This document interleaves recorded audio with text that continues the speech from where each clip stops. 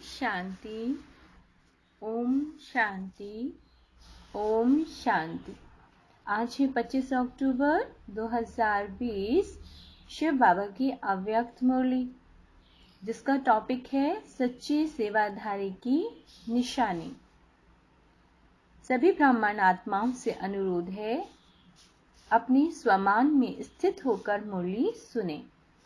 आज बाबा कहते हैं, ज्ञान सूर्य ज्ञान चंद्रमा अपने धरती के तारा मंडल में सभी सितारों को देख रहे हैं।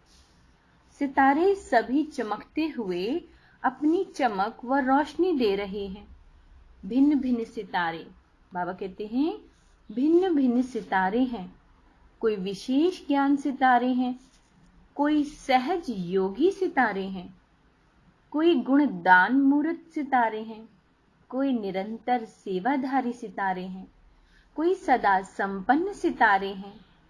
बाबा कहते हैं, सबसे श्रेष्ठ है हर सेकंड सफलता के सितारे।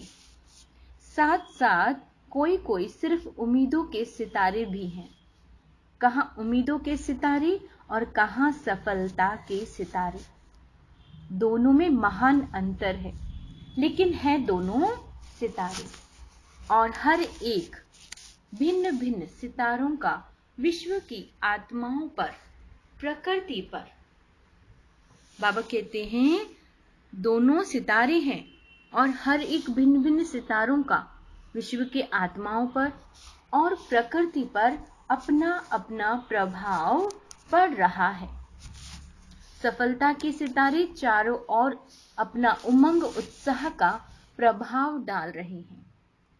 उम्मीदों के सितारे स्वयं भी कभी मोहब्बत कभी मेहनत, दोनों प्रभाव में रहने कारण दूसरों में आगे बढ़ने की उम्मीद रख आगे बढ़ते जा रहे हैं। तो हर एक अपने से पूछो, मैं कौन सा सितारा हूं? सभी में ज्ञान, योग, गुणों की धारणा, सेवा भाव है। बाबा ने क्या कहा? सभी में ज्ञान, योग, गुणों की धारणा व सेवा भाव है भी, लेकिन सब होते हुए भी किसी में ज्ञान की चमक है तो किसी में विशेष याद की, योग की है, और कोई कोई अपने गुण मूर्त की चमक से विशेष आकर्षित कर रहा है।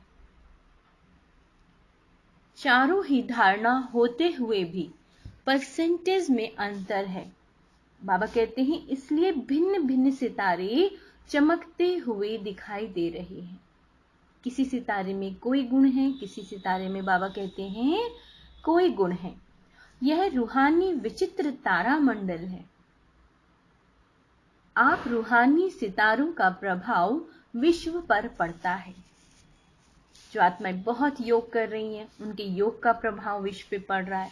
कुछ आत्माएं उमंग उत्साह में रहती हैं, उसका प्रभाव पड़ रहा है। तो बाबा ने क्या कहा है? यह रूहानी विचित्र तारा मंडल है। सब आत्माएं बाबा की क्या हैं? तारे हैं, रूहानी। आप रूहानी सितारों का प्रभाव विश्व पर पड़ता है, तो विश्व के स्थूल सितारों का भी प्रभाव विश्व पर पड़ता है। बाबा कहते, जो स्थूल सितारे होते हैं उनका भी प्रभाव पड़ता है। जितना शक्तिशाली आप स्वयं सितारे बनते हो, उतना विश्व की आत्माओं पर प्रभाव पड़ रहा है और आगे पड़ता ही रहेगा। जैसे जितना घोर अंधियारा होता है तो सितारों की रिमझिम ज्यादा स्पष्ट दिखाई देती है, ऐसे अप्राप्ति का अंधकार बढ़ता जा रहा है। जितना बढ़ता जा रहा है, बढ़ता जाएगा, उतना ही आप रूहानी सितारों का विशेष प्रभाव अनुभव करते जाएंगे। सभी को धरती के चमकते हुए सितारे ज्योति बिंदु के रूप में, प्रकाश में, काया फरिश्ता के रूप में दिखाई देंगे। जैसे अभी आकाश के सितारों के पीछे वह अपना समय, एनर्जी और धन लगा रहे हैं, ऐसे रूहानी सितारों को देख बाबा के बच्चे क्या हैं? रूहानी सितारे हैं। ऐसे रूहानी सितारों को देख आश्चर्यवत होते रहेंगे, जैसे अभी आकाश में सितारों को देखते हैं। बाबा कहते हैं ऐसे इस धरती के मंडल में चारों ओर फरिश्तों की झलक और ज्योतिर्मय सितारों की झलक देखेंगे।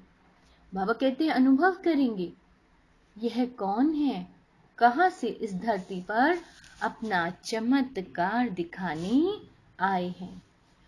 जैसे स्थापना के आदि में अनुभव हुआ, यानी स्टार्टिंग में, कि चारों ओर ब्राह्मण और कृष्ण के साक्षात्कार की लहर फैलती गई। यह कौन है, यह क्या दिखाई देता है। लोगों को यज्ञ में शुरू में बहुत साक्षात्कार हुए। बाबा कहते हैं यह समझने के लिए बहुतों का अटेंशन गया। ऐसे अब अंत में चारों ओर इन दोनों रूप, ज्योति और फरिश्ता, उसमें बाप दादा और बच्चे, सबकी झलक दिखाई देगी और सभी का एक से अनेकों का इसी तरफ स्वतः ही अटेंशन जाएगा। अभी यह दिव्य दृश्य आप सबके संपन्न बनने तक रहा हुआ है। फरिश्तेपन की स्थिति सहज और स्वतः अनुभव करेंगे, तब वह साक्षात फरिश्ता साक्षात्कार में दिखाई देंगे। यह वर्ष फरिश्तेपन की स्थिति के लिए विशेष दिया हुआ है। कई बच्चे समझते हैं कि क्या सिर्फ याद का अभ्यास करेंगे व सेवा भी करेंगे, व सेवा से मुक्त हो तपस्या में ही रहेंगे। बाप दादा सेवा का यथार्थ अर्थ सुना रहे हैं।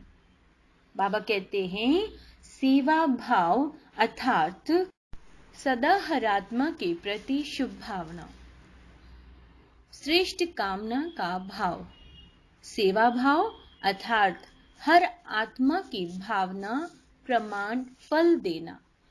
भावना हद की नहीं, लेकिन श्रेष्ठ भावना आप सेवाधारियों प्रति अगर कोई रूहानी से स्नेह की भावना रखते हैं, शक्तियों के सहयोग की भावना रखते हैं, खुशी की भावना रखते हैं, शक्तियों की प्राप्ति की भावना रखते हैं, बाबा कहते हैं उमंग उत्साह की भावना रखते हैं, ऐसे भिन्न भिन्न भावना का फल अर्थात सहयोग द्वारा अनुभूति कराना। बाबा कहते हैं तो सेवा भाव इसको कहा जाता है। सिर्फ स्पीच करके आ गए या ग्रुप समझा कर आ गए, कोर्स पूरा करा कर आ गए, वह सेंटर खोल कर आ गए, इसको सेवा भाव नहीं कहा जाता। सेवा अर्थात किसी भी आत्मा को प्राप्ति का मेवा अनुभव कराना। ऐसी सेवा में तपस्या सदा साथ है। बाबा कहते हैं तपस्या का अर्थ सुनाया, दृढ़ संकल्प से कोई भी कार्य करना है। आप कोई भी काम करते हैं तो उसे दृढ़ संकल्प के साथ करें, ये मुझे करना ही है। जहां यथार्थ सेवा भाव है वहां तपस्या का भाव अलग नहीं। त्याग तपस्या सेवा इन तीनों का, त्याग तपस्या सेवा इन तीनों का कंबाइंड रूप सच्ची सेवा है। और नामधारी सेवा का फल अल्पकाल का होता है। वहां ही सेवा की और वहां ही अल्पकाल के प्रभाव का फल प्राप्त हुआ और समाप्त हुआ। अल्पकाल के प्रभाव का फल, अल्पकाल की महिमा। बहुत अच्छा भाषण किया, बहुत अच्छा कोर्स कराया, बहुत अच्छी सेवा की, तो अच्छा अच्छा कहने का अल्पकाल का फल मिला, तो उनको महिमा सुनने का अल्पकाल का फल मिला। लेकिन अनुभूति कराना और बाप से संबंध जुड़वाना, शक्तिशाली बनाना, यह सच्ची सेवा है। सच्ची सेवा में त्याग तपस्या ना हो तो यह 50-50 वाली सेवा नहीं, लेकिन 25% सेवा है। सच्चे सेवाधारी की निशानी त्याग अर्थात नम्रता और तपस्या अर्थात एक बाप के निश्चय और नशे में दृढ़ता। यथार्थ सेवा इसको कहा जाता है। बाप दादा निरंतर सच्चे सेवाधारी बनने के लिए कहते हैं, नाम सेवा हो और स्वयं भी डिस्टर्ब हो, दूसरों को भी डिस्टर्ब करे। इस सेवा से मुक्त होने के लिए बाप दादा कह रहे हैं, ऐसी सेवा न करना अच्छा, क्योंकि सेवा का विशेष गुण संतुष्टता है। जहां संतुष्टता नहीं, चाहे स्वयं से, संपर्क वालों से, वह सेवा न स्वयं को फल की प्राप्ति कराएगी और न दूसरों को।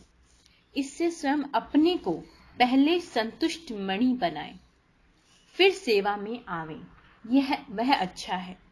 नहीं तो सूक्ष्म बोझ जरूर रहे। वह अनेक प्रकार का बोझ उड़ती कला में विघ्न रूप बन जाता है। बोझ चढ़ाने नहीं, बाबा कहते बोझ चढ़ाना नहीं है, बोझ उतारना है। जब ऐसा समझते हो तो इससे एकांतवासी बनना अच्छा है, क्योंकि एकांतवासी बनने से स्वयं परिवर्तन का अटेंशन जाएगा। तो बाप दादा तपस्या जो कह रहे हैं वह सिर्फ दिन रात बैठे बैठे तपस्या के लिए नहीं कह रहे हैं। तपस्या में बैठना भी सेवा ही है।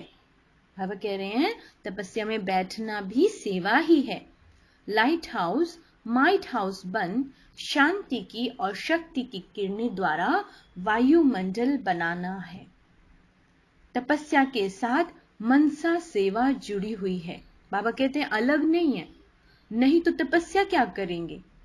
बाबा कहते हैं श्रेष्ठ आत्मा ब्राह्मण आत्मा तो हो गए, अब तपस्या अर्थात स्वयं सर्व शक्तियों से संपन्न बन दृढ़ शक्ति, सभी शक्तियों से संपन्न बन दृढ़ शक्ति दृढ़ संकल्प द्वारा विश्व की सेवा करना। सिर्फ वाणी की सेवा नहीं है। आपने किसी को ज्ञान दिया, सिर्फ मुरली सुना दी, बाबा कहते हैं ये सिर्फ ज्ञान नहीं है। जैसे सुख शांति पवित्रता का आपस में संबंध है, वैसे त्याग तपस्या सेवा का संबंध है। बाप दादा तपस्वी रूप अर्थात शक्तिशाली सेवाधारी रूप बनाने के लिए कहते हैं। तपस्वी रूप की दृष्टि भी सेवा करती है, यानी आप दृष्टि से भी सेवा करें। दृष्टि से कैसे सेवा करेंगे? हर स्वयं को आत्मिक स्वरूप में स्थित होकर सामने वाले हर आत्मा को देखें कि ये एक श्रेष्ठ आत्मा है, प्योर लाइट है। तो बाबा कहते हैं तपस्वी रूप की दृष्टि भी सेवा करती है, उनका शांत स्वरूप चेहरा भी सेवा करता है। अगर कोई आत्मा ऐसी तपस्वी वाली आत्मा है तो उसका जो शांत स्वरूप जो चेहरा होगा उससे भी शांति की वाइब्रेशन बाबा कहते हैं चारों तरफ फैलती है। तपस्वी मूर्त के दर्शन मात्र से भी प्राप्ति की अनुभूति होती है। इसलिए आजकल देखो जो मठ से तपस्या करते हैं उनके दर्शन के पीछे भी कितनी भीड़ हो जाती है। यह आपकी तपस्या के प्रभाव का यादगार अंत तक चला आ रहा है। तो समझा सेवा भाव किसको कहा जाता है? सेवा भाव अर्थात सर्व की कमजोरियों को समाने का भाव, कमजोरियों का सामना करने का भाव नहीं, समाने का भाव, स्वयं सहन कर दूसरे को शक्ति देने का भाव। इसलिए सहन शक्ति कहा जाता है। सहन करना, शक्ति भरना और शक्ति देना। सहन करना मरना नहीं है कि मैं कब तक सहन करूं। बाबा कहते हैं सहन करो और शक्ति भरना और शक्ति देना है। सामने वाले को संभालो, पता नहीं वो किस दुख में है आत्मा। कई सोचते हैं हम तो सहन करते करते मर जाएंगे, क्या हमें मरना है क्या? लेकिन यह मरना नहीं है। बाबा कहते हैं यह सबके दिलों में स्नेह से जीना है। कैसा भी विरोधी हो, रावण से भी तेज हो, एक बार नहीं 10 बार सहन करना पड़े, फिर भी सहन शक्ति का फल अविनाशी और मधुर होगा। वह भी जरूर बदल जाएगा। हर आत्मा बदलेगी। उसके व्यवहार को आप थोड़ा सा सहन कर लीजिए, वो जरूर बाबा का बच्चा है, जरूर बदलेगा। वो भी प्योर लाइट है। सिर्फ यह भावना नहीं रखो कि मैंने इतना सहन किया तो ये कुछ भी नहीं। अल्पकाल के फल की भावना नहीं रखो, रहम भाव रखो। इसको कहा जाता है सेवा भाव। बाबा कहते हैं तो इस वर्ष ऐसी सच्ची सेवा का सबूत दे। सपूत की लिस्ट में आने का गोल्डन चांस दे रहे हैं बाबा। इस वर्ष यह नहीं देखेंगे कि मेला व फंक्शन बहुत अच्छा किया, लेकिन संतुष्ट मणिया बन संतुष्टता की सेवा में नंबर आगे जाना। विघ्न विनाशक टाइटल की सेरेमनी में इनाम लेना, समझा इसी को ही कहा जाता है नष्टो मोह स्मृति स्वरूप।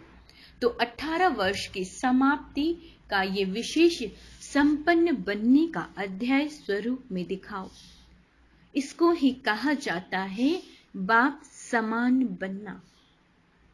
चमकते हुए रूहानी सितारों को सदा संतुष्टता की लहर फैलाने वाली संतुष्ट मणियों को सदा एक ही समय पर त्याग, तपस्या, सेवा का प्रभाव डालने वाले प्रभावशाली आत्माओं को सदा सर्व आत्माओं को रूहानी सेवा भावना का रूहानी फल देने वाले बीज स्वरूप बाप समान श्रेष्ठ बच्चों को बाप दादा का संपन्न बनने का याद प्यार और नमस्ते।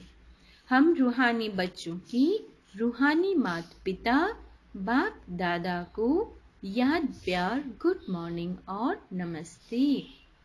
पंजाब और हरियाणा जोन के भाई बहनों से अव्यक्त बाप दादा की मुलाकात। बाबा कहते हैं सदा अपनी को अचल अडोल आत्माएं अनुभव करते हो।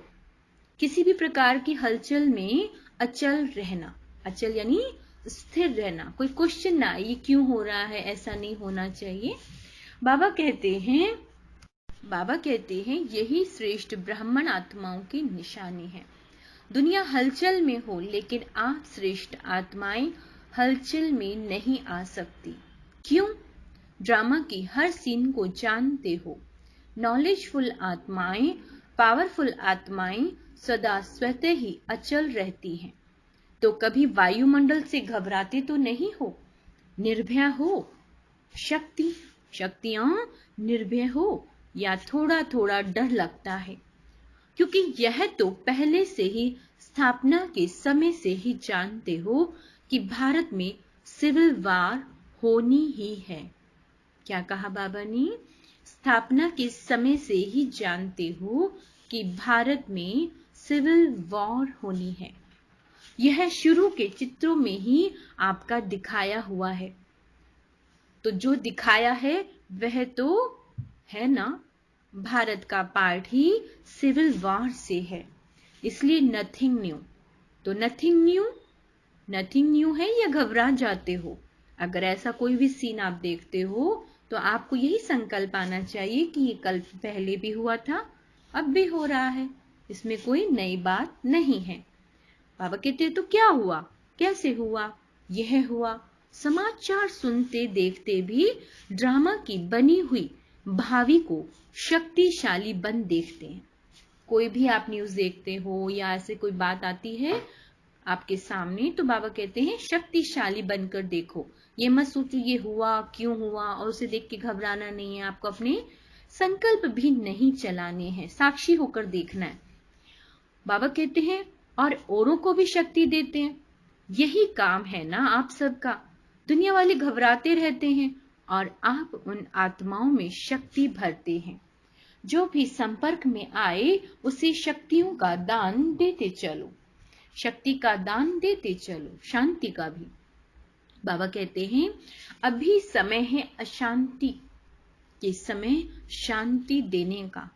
तो शांति के मैसेंजर हो, शांति दूत गाए हुए है ना, तो कभी भी कहाँ भी रहते हो, चलते हो, सदा अपने को शांति के दूत समझकर चलो। शांति के दूत हैं, शांति का संदेश देने वाले हैं, तो स्वयं भी शांत स्वरूप शक्तिशाली होंगे और दूसरों को भी देते रहेंगे। वह अशांति देवे, आप शांति दो। वह आग लगाए, आप पानी डालो। वह कहते हैं यही काम है ना, इसको कहते हैं सच्चे सेवाधारी। क्या कहते हैं? सच्चे सेवाधारी। तो ऐसे समय पर इसी सेवा की आवश्यकता है। शरीर तो विनाशी है, इसलिए, लेकिन बाबा कहते हैं आत्मा शक्तिशाली होती है। लेकिन तो एक शरीर छूट भी जाता है तो दूसरे में याद की प्रारब्ध चलती रहेगी। इसलिए अविनाशी प्राप्ति कराते चलो। बाबा कहते तो आप कौन हो? शांति के दूत, शांति के मैसेंजर, मास्टर शांतिदाता, मास्टर शक्तिदाता। यह स्मृति सदा रहती है ना। सदा अपने को इसी स्मृति से आगे बढ़ाते चलो, औरों को भी आगे बढ़ाओ। यही सेवा है। गवर्नमेंट के कोई भी नियम होते हैं तो उनको पालन करना ही पड़ता है, लेकिन जब थोड़ा भी समय मिलता है तो मनसा से, वाणी से सेवा जरूर करते रहो। अभी मनसा सेवा की तो बहुत आवश्यकता है। बाबा बार बार क्या कहते हैं हम आत्माओं को? बच्चे मनसा सेवा करो। बाबा कहते हैं लेकिन जब स्वयं में शक्ति भरी हुई होगी तभी आप दूसरों को दे सकेंगे। तो सदा शांति दाता के बच्चे शांति दाता बनो। दाता भी हो तो विधाता भी हो।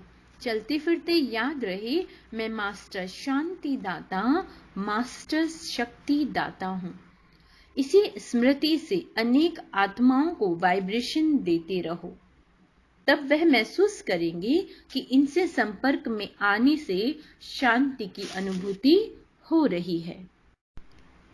तो यही वरदान याद रखना कि बाप समान मास्टर शांतिदाता, शक्तिदाता बनना है। सभी बहादुर होना, हलचल में भी व्यर्थ संकल्प नहीं चले, क्योंकि व्यर्थ संकल्प समर्थ बनने नहीं देगा। बहुत बड़ी बात है ये कि अगर आपने योग किया है और फिर आप व्यर्थ संकल्प चलाएंगे तो आपकी जितनी भी आपने एनर्जी अपने अंदर फिल करी है वो सब समाप्त हो जाएगी। वो आपको संपन्न, बाबा कहते हैं, वो आपको संपन्न बनने नहीं देगी, समर्थ बनने नहीं देगी। बाबा कहते हैं क्या होगा? ये तो नहीं होगा, ये व्यर्थ है। जो होगा उसको शक्तिशाली होकर देखो और दूसरे को शक्ति दो।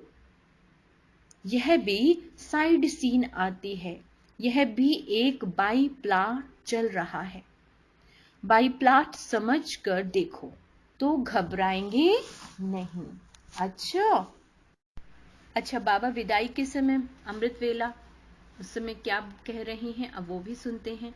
बाबा कहते हैं यह संगम युग अमृत वेला है। पूरा ही संगम युग अमृत वेला होने के कारण इस समय की सदा के लिए महानता गाई जाती है। तो पूरा ही संगम युग अर्थात अमृत वेला अर्थात डायमंड मॉर्निंग सदा बाप बच्चों के साथ हैं, बच्चे बाप के साथ हैं, इसलिए बेहद की डायमंड मॉर्निंग है।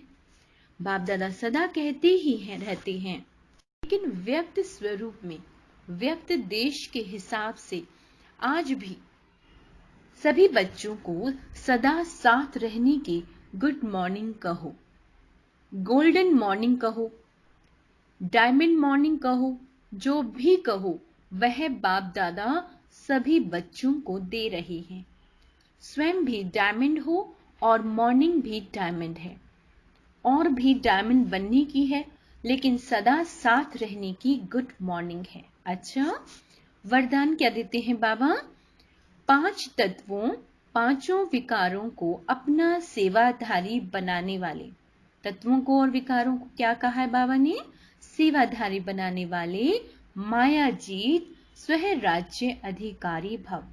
जैसे सतयुग में विश्व महाराजा और विश्व महारानी की राजाई ड्रेस को पीछे से दास दासियां उठाते हैं, ऐसे संगम पर आप बच्चे जब माया जीत स्वह राज्य अधिकारी बन टाइटल्स रूपी ड्रेस से सजी सजाए होंगे, तो ये 5 तत्व और 5 विकार आपकी ड्रेस को पीछे से उठाएंगे।